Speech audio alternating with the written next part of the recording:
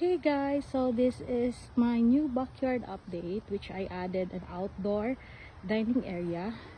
So I put solar lights around my umbrella so that at night when you stay here late at night it still be lighted. So tonight when it's dark, I'm going to show you how aesthetic they were at night.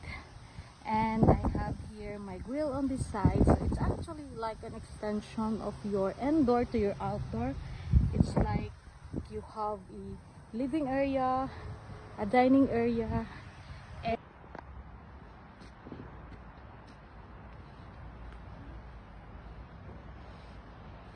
so this is how it looks like, guys, at night, with all of the solar lights that you lighted around your yard. So this is what it looks like. So I put solar lights around my umbrella that add beauty and looks to it.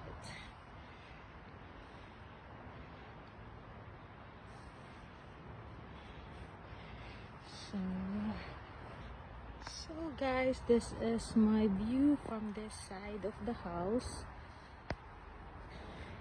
This is how it looks like. This is the view.